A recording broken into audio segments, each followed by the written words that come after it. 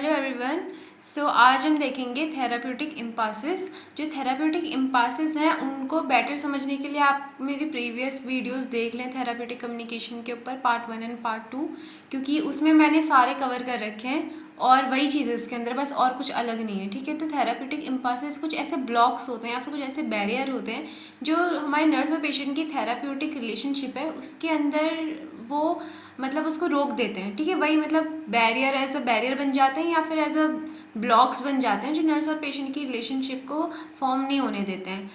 जैसे कि कुछ भी हो सकता है कि पेशेंट बहुत एंग्जाइटी हो रही है या फिर नर्स को भी बहुत फ्रस्ट्रेशन हो रही है, नर्स को एंग्जाइटी हो रही है या फिर लव वाली फीलिंग वहाँ पे आ चुकी है या फिर इंटेंस एंगर है या फिर कुछ भी ऐसा ब्लॉक जो कि नर्स और पेशेंट रिलेशनशिप को नहीं बनने दे रहा है, जो कि एक थेराप्यूटिक रिलेशनशिप होती है।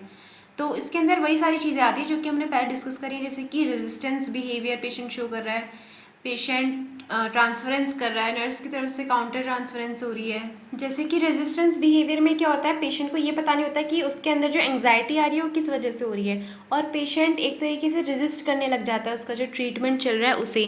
उसमें पेशेंट अपने बिहेवियरल चेंजेस कर सकता है, काफ़ी सारे फ्रस्ट्रेटेड लुक हो सकता है पेशेंट का, एंग्जियस हो सकता है, अपने सिम्टम्स को और ज़्यादा मतलब वो करके बता सकता है कि बहुत ज़्यादा मुझे ये सिम्टम्स आ रहे हैं, इंटेंस फीलिंग्स आ रही हैं, और अपनी अपॉइंटमेंट जो होंगी उस पर टाइम पे नहीं पहुंचेगा पेशेंट, मतलब फॉल्टी इन्फॉर्मेशन देगा नर्स को। तो ये सारी चीज़ें रेजिस्टेंस बिहेवियर दिखाती है पेशेंट का। ट्रांसफरेंस क्या होती है, कई बार क्या होता है जो पेशेंट होता है वो नर्स को एज अ एक ऐसे पर्सन की तरह समझने लग जाता है जिसने जो पेशेंट है उसको क्या पता कभी हर्ट किया हो किसी पर्सन ने। फॉर एग्जांपल मैं आपको एक पूरा एग्जांपल समझाती हूँ। जैसे कि जो हमारे पेशेंट है, ठीक है, उसकी पास्ट लाइफ में क्या हुआ था कि उसकी मदर का और उसका रिलेशनशिप अच्छा नहीं था। जो उसकी मदर थी वो काफ़ी एब्यूसिव थी या फिर कुछ भी हो सकता है, ठीक है। तो फिर अब पेशेंट को क्या लगता है कि जो नर्स उसकी केयर कर रही है उस पर उस नर्स में कहीं ना कहीं उसकी मदर का रिफ्लेक्शन दिख रहा है पेशेंट को। तो जो पेशेंट है इस टाइम वो क्या हो जाएगा, काफ़ी ज़्यादा मतलब वो अपनी केयर में खुद से पार्टिसिपेट नहीं कर पाएगा, ठीक है।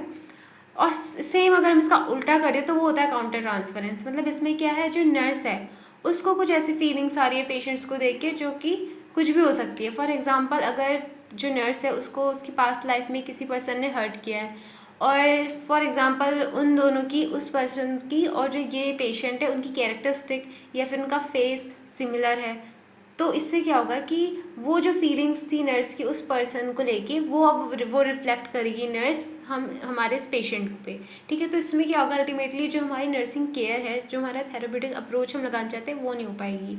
तो यही था ट्रांसफरेंस एंड काउंटर ट्रांसफरेंस। तो कैसे पता चलेगा कि एक जो नर्स है वो काउंटर ट्रांसफरेंस को फेस कर रही है इस टाइम पे। जो नर्स होगी उसका बिहेवियर पेशेंट को लेके एकदम चेंज हो जाएगा।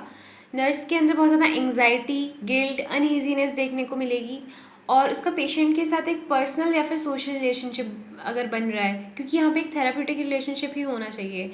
और अगर जो नर्स है या उसके अंदर कुछ सेक्सुअल या फिर एग्रेसिव फैंटेसीज आ रही है पेशेंट को लेके, या फिर वो बहुत ज़्यादा आर्ग्यू कर रही है पेशेंट से, केयर अच्छे से नहीं कर रही है, अनविलिंग है केयर के लिए, तो ये सारी चीज़ें दिखाती है कि यहाँ पे काउंटर ट्रांसफरेंस कहीं ना कहीं प्रेजेंट है। तो ये तो था resistance, transference and counter transference.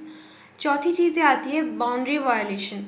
मतलब अगर जो नर्स है वो अपनी बाउंड्रीज क्रॉस कर रही हैं, क्योंकि जो थेराप्यूटिक रिलेशनशिप होता है वो बहुत गोल फोकस्ड होता है, थेरेपी से रिलेटेड ही बातें उसमें होती हैं। पर अगर यहाँ पे नर्स और पेशेंट के बीच में इंटीमेट रिलेशनशिप बनने लग जाए या फिर पर्सनल रिलेशनशिप बनने लग जाए, तो यही चीज़ आती है बाउंड्री वायलेशन के अंदर। जैसे कि अगर जो नर्स है वो एक्सेप्ट कर रही है पेशेंट के दिए हुए गिफ्ट, या फिर पेशेंट के साथ उसका पर्सनल या फिर सोशल रिलेशनशिप है, या फिर जो नर्स है वो बहुत ज़्यादा पेशेंट के जो सोशल फंक्शन होते हैं वहाँ पे उनको अटेंड कर रही है, या फिर नर्स और पेशेंट आपस में फ़िज़िकल कांटेक्ट में आ रहे हैं, या फिर जो नर्स है वो बिजनेस में इन्वॉल्व हो रही है पेशेंट के साथ। तो ये सारी चीज़ें आती हैं। अब हम इसे ओवरकम कैसे करेंगे, क्या इंटरवेंशंस लेंगे। सबसे पहले तो नर्स को नॉलेज होनी चाहिए कि जो हमारे थेराप्यूटिक इम्पासेस होते हैं वो होते क्या क्या हैं, ठीक है। जैसे कि हमने भी पढ़ी resistance, transference, counter transference, boundary violation.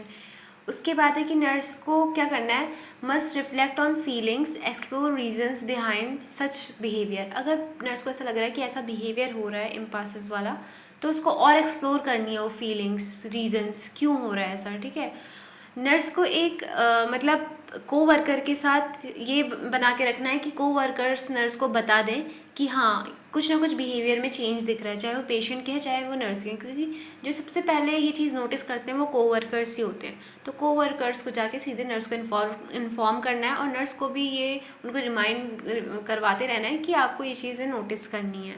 Nurse को खुद ये पता होना चाहिए कि कौन से एरियाज़ है जहाँ पे उसकी स्ट्रेंथ है, कौन से एरियाज़ है जो कि उसके वीक हैं, ठीक है। इससे उसकी खुद की अंडरस्टैंडिंग होगी। जब नर्स को खुद के बारे में पता होगा तो उसको पता होगा कि वो किस पेशेंट की केयर कर पाएगी, कैसे करेगी। और जो ट्रांसफरेंस रिएक्शन है ऑफ पेशेंट मस्ट ऑल्सो भी एग्जामिन, ठीक है। उसको अच्छे से एग्जामिन करना है, जेंटली करना है और डायरेक्टली भी करना है, ठीक है। Nurse must be open and clear about their genuine reaction. अगर कोई पेशेंट ट्रांसफरेंस रिएक्शन शो कर रहा है और सपोज़ कि वो एग्रेसिव फॉर्म में है, किसी भी फॉर्म में है, मतलब ये चीज़ तो गलत है, तो नर्स को वो चीज़ें दबा के नहीं रखनी है, उसको वो स्पीक आउट करना है, अपने सुपरवाइज़र से जाके बात करनी है उस चीज़ को लेके, उस चीज़ को दबा के नहीं रखना है। Nurse should also state action that they can and can not take to meet patients need. Nurse को ये भी पता होना चाहिए और साफ साफ क्लियर कर देना है कि ऐसे कौन से एक्शंस हैं जो नर्स लेगी पेशेंट की केयर नीड करने के लिए और क्या नहीं करेंगी। लिमिट्स को सेट कर देना है कि क्योंकि क्या होता है, जो ट्रांसफरेंस होता है फिर पेशेंट अपनी लिमिट्स क्रॉस करने लग जाता है, अब वो किसी भी तरीके से कर सकता है, तो लिमिट सेट कर देनी है हर चीज़ के लिए। और नर्स को जो है वो कम्युनिकेट करना है अपने सुपरवाइज़र से जाके कि ऐसा ऐसा हो रहा है, चाहे वो ट्रांसफरेंस वाली चीज़ है, काउंटर ट्रांसफरेंस है, रेजिस्टेंस बिहेवियर है या फिर हमारा बाउंड्री वायलेशन है। उसके बाद उनसे बात करने के बाद जो नर्स पेशेंट रिलेशनशिप है उसको हम टर्मिनेट भी कर सकते हैं उस पॉइंट पे। तो फिर यही था हमारा थेराप्यूटिक इम्पासेस के अंदर, काफ़ी छोटा सा टॉपिक था। Okay, hope you like my video, bye.